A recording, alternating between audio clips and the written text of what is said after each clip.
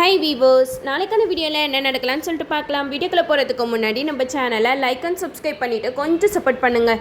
வாங்க இப்போ வீடியோக்குள்ளே போகலாம். எபிசோட் ரொம்பவே இன்ட்ரெஸ்டிங்காக போய்கிட்டு இருக்கு. வர்மா கபிலனுக்கு ஃபோன் பண்ணி சொல்கிறாங்க, என்ன கபிலா, அவங்க வீட்டில் ஒரு போலீஸ் ப்ரொடெக்ஷனாக இருக்குது போல் அப்படிங்கிற மாதிரி சொல்ல, அதுக்கு கபிலன் சொல்கிறாங்க, உங்களுக்கு எப்படி வர்மா தெரியும் அப்படிங்கிற மாதிரி கேட்க, அதுக்கு வர்மா சொல்கிறாங்க, அந்த வீட்டுக்குள்ளே இருக்கிற உனக்கு எதுவுமே தெரியாது, ஆனால் உங்கள் வீட்டில் என்னென்ன நடக்குதுன்னு எனக்கு எல்லாமே தெரியும் அப்படிங்கிற மாதிரி வர்மா சொல்கிறாங்க.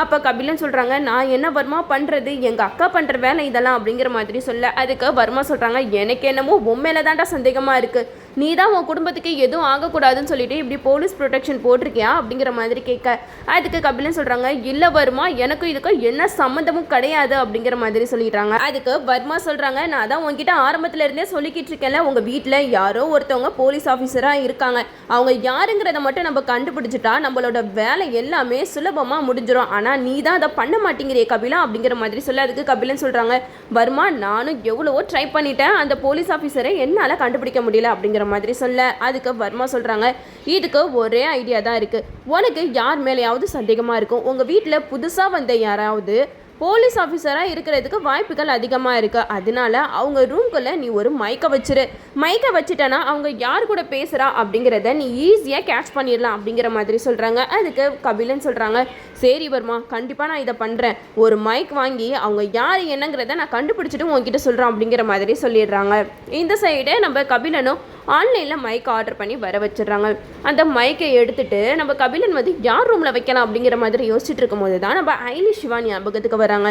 ஒன்று ஐலி போலீஸ் ஆஃபீஸராக இருக்கணும், அப்படி இல்லைனா சிவாவாக இருக்கணும், இந்த ரெண்டு பேர்த்தில் யாரோ ஒருத்தவங்க தான் போலீஸ் ஆஃபீஸர் அப்படிங்கிற மாதிரி கபிலன் வந்து திங்க் பண்ணிக்கிட்டே இருக்காங்க. நம்ம இந்திராணி வந்து எல்லாருக்கிட்டையுமே சொல்லிக்கிட்டு இருக்காங்க, நம்ம வீட்டில் எவ்வளவோ ஆபத்துகள் வருது, அந்த ஆபத்துலேருந்து நம்மள ஒரு சக்தி நம்மளை காப்பாற்றிக்கிட்டே இருக்கா, அது யார் என்னங்கிறது தான் எனக்கு தெரியல, கண்டிப்பாக அது யார் என்னன்னு எனக்கு தெரிஞ்சால் அவங்களுக்கு நான் நன்றி சொல்லாமல் இருக்க மாட்டேன் அப்படிங்கிற மாதிரி சொல்கிறாங்க. இதை கேட்ட ஐலி சிவா வந்து ரெண்டு பேருமே பேசிக்கிறாங்க. சிவா, இதுக்கு பின்னாடி நாம தான் இருக்கோம்னு தெரிஞ்சிச்சுன்னா இவங்க நம்மளை பாராட்டுவாங்களா, அப்படி இல்லைன்னா என்ன பண்ணுவாங்கன்னே தெரியலே அப்படிங்கிற மாதிரி ஐலி வந்து சிவா கிட்ட சொல்கிறாங்க. அதுக்கு சிவா சொல்கிறாங்க, கவலைப்படாத ஐலி, நம்ம இவங்களுக்கு நல்லது தான் பண்ணிக்கிட்டு வரோம், அதனால கடைசியில் நம்ம போலீஸ் ஆஃபீஸர் தெரிஞ்சால் கூட இவங்க நம்மளை பாராட்ட தான் செய்வாங்க அப்படிங்கிற மாதிரி பேசிக்கிட்டு இருக்காங்க. இந்த சைடு நம்ம கபிலன் வந்து ஐலி சிவா இவங்க ரெண்டு பேரையும் தான் நோட் பண்ணிக்கிட்டே இருக்காங்க. பேசாமல் இவங்க ரூமில் நம்ம அந்த மைக்கை வச்சிட வேண்டியதான் அப்படிங்கிற மாதிரி நம்ம ஐலி சிவா கீழே இருக்கிற நேரமாக பார்த்து கபிலன் வந்துட்டு அவங்க ஐலியோட பெட்டுக்கு கீழே அந்த மைக்கை ஃபிக்ஸ் பண்ணிடுறாங்க.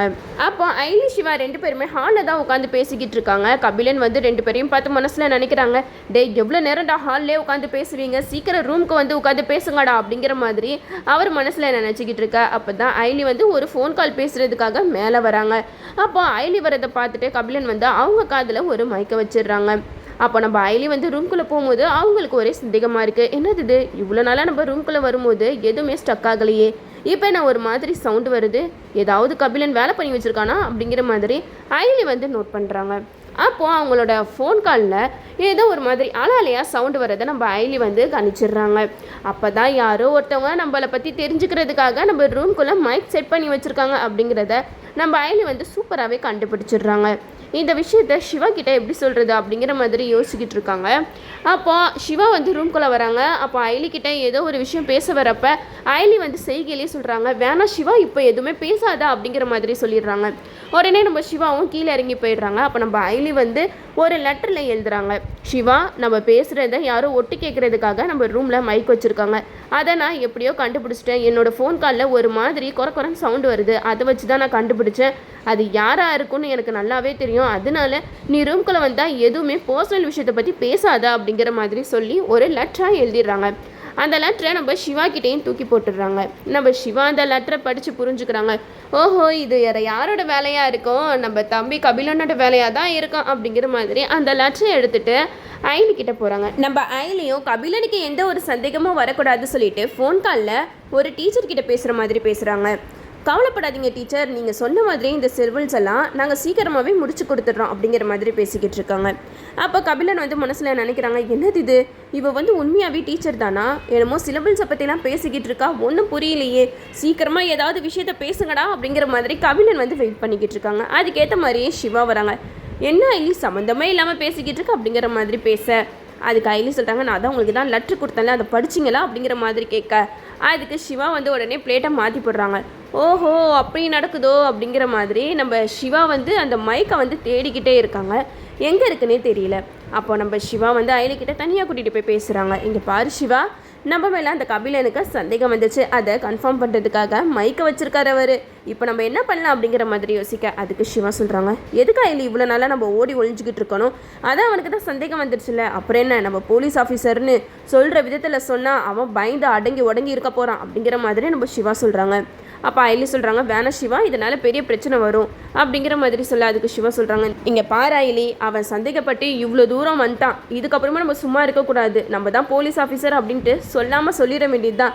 இதனால் நம்மளுக்கு இனிமேட்டு எந்த ஒரு ஆபத்துமே இருக்காது. ஏன்னா இந்த வீட்டுக்கு வர ஆபத்துலேருந்து நம்ம எல்லாருமே காப்பாற்றிக்கிட்டு இருக்கோம். அதை இந்திராணி அக்காவே புரிஞ்சுக்கிட்டாங்க. இதுக்கு மேலே என்ன வேணும் அப்படிங்கிற மாதிரி சொல்ல, இதை கேட்ட ஐலியும் சரி சார் நம்ம வேலையை காட்டிட வேண்டியதான் அப்படின்னு சொல்லிட்டு ரூம்குள்ளே போகிறாங்க. ரூம்குள்ளே போயிட்டு யார்கிட்டயே பேசுகிற மாதிரி பேசுகிறாங்க. சார் நீங்கள் சொன்ன மாதிரியே அங்கே உண்மையான குற்றவாளியை நாங்கள் கண்டுபிடிச்சி போட்டு தள்ளிடட்டுமா, அவனால் எந்த ஒரு யூஸுமே இல்லை, அவனோட கதையை முடிச்சுட்டா நம்மளுக்கும் ஒரு வேலை முடிஞ்ச மாதிரி இருக்கும்ல அப்படிங்கிற மாதிரி சொல்ல, இதை கேட்ட கபிலனுக்கு அப்படியே இல்லை என்னது, அப்போ நம்ம இவ்வளோ நாளாக தேடிட்டு இருந்த போலீஸ் ஆஃபீஸர் இவங்க 2 பேர் தானா அப்படிங்கிற மாதிரி கபிலன் வந்து கன்ஃபார்ம் பண்ணிடுறாங்க.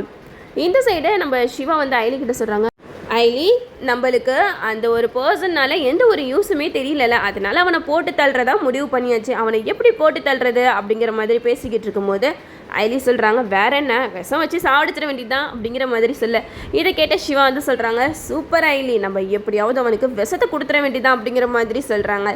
இதெல்லாம் கேட்டுட்டு கபிலனுக்கு இல்லை என்னது இது விஷம் வச்சு சாவடிக்க போகிறாங்களா, டே நான் என்னடா பண்ணேன், வர்மாவோட கூட்டாளியாக இருந்ததுக்கு எனக்கு இவ்வளோ பெரிய தண்டனையா, இப்போ தான் என்னோட வாழ்க்கையவே நான் வாழ ஆரம்பிச்சிருக்கேனே அப்படிங்கிற மாதிரி கபிலன் வந்து அங்கே இங்கேயும் லாவிக்கிட்டு இருக்காங்க.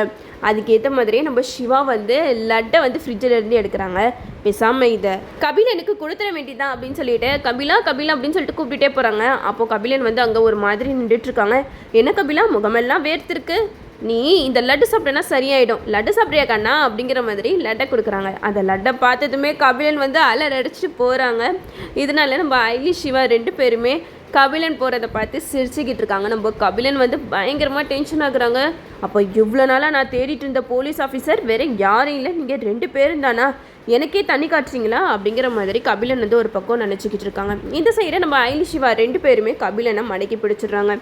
இங்கே பாரு கபிலா, நீ நினைக்கிறது உண்மை தான், நாங்கள் 2 பேருமே போலீஸ் ஆஃபீஸர் தான், இந்த உண்மையை நீ வர்மா கிட்ட சொன்னேன்னு வச்சுக்கோயேன், அவ்வளவு தான், உன் கதையும் முடிஞ்சிடும், உன்னோட பேரும் கெட்டு போயிடும். ஒழுங்கா நாங்கள் சொல்கிறதுக்கெலாம் நீ கட்டுப்பட்டு இருந்தனா உனையும் நாங்கள் எந்த ஆபத்தும் வராமல் பாதுகாத்துக்கிட்டே இருப்போம். அப்படி இல்லை வர்மா கிட்ட ஏதாவது விஷயத்தை லீக் பண்ண அவ்வளவு தான், நாங்கள் யாருன்றதை காட்ட வேண்டியதாக இருக்கோம். எங்களுக்கு எப்பயோ ஆர்டர் வந்துடுச்சு உன்னை பிடிக்க சொல்லி, ஆனால் நாங்கள் தான் சரி நம்ம தம்பியாச்சே அப்படின்னு சொல்லிட்டு பொறுத்து போய்கிட்டே இருக்கேன், ஆனால் நீ தப்புக்கு மேலே தப்பு பண்ணிக்கிட்டே இருக்க அப்படிங்கிற மாதிரி கபிலன் கிட்ட சொல்கிறாங்க. கபிலனை ஐலி சிவா 2 பேருமே வழிக்கு கொண்டு வந்துடுறாங்க. பிளாக்மெயில் பண்ணி கபிலனை அவங்க பக்கம் இழுத்துக்கிறாங்க. இப்போ கபிலனுக்கு மனசில் தோணும், ஏன்டா இவங்களை போலீஸ் ஆஃபீஸர் சொல்லிட்டு நம்ம கண்டுபிடிச்சோம், இப்போ நம்மளுக்கே ஆப்பு வைக்கிறாங்களே அப்படின்னு சொல்லிட்டு கபிலன் வந்து சம பயத்தில் தான் இருக்காங்க. இதுக்கப்புறம் என்னெல்லாம் நடக்க போகுதுன்னு சொல்லிட்டு நம்மளும் வெயிட் பண்ணி பார்ப்போம். ஓகே வீவர்ஸ், இந்த வீடியோ உங்களுக்கு பிடிச்சிருந்தா லைக் பண்ணுங்கள், மறக்காமல் நம்ம சேனலை சப்ஸ்கிரைப் பண்ணிடுங்க.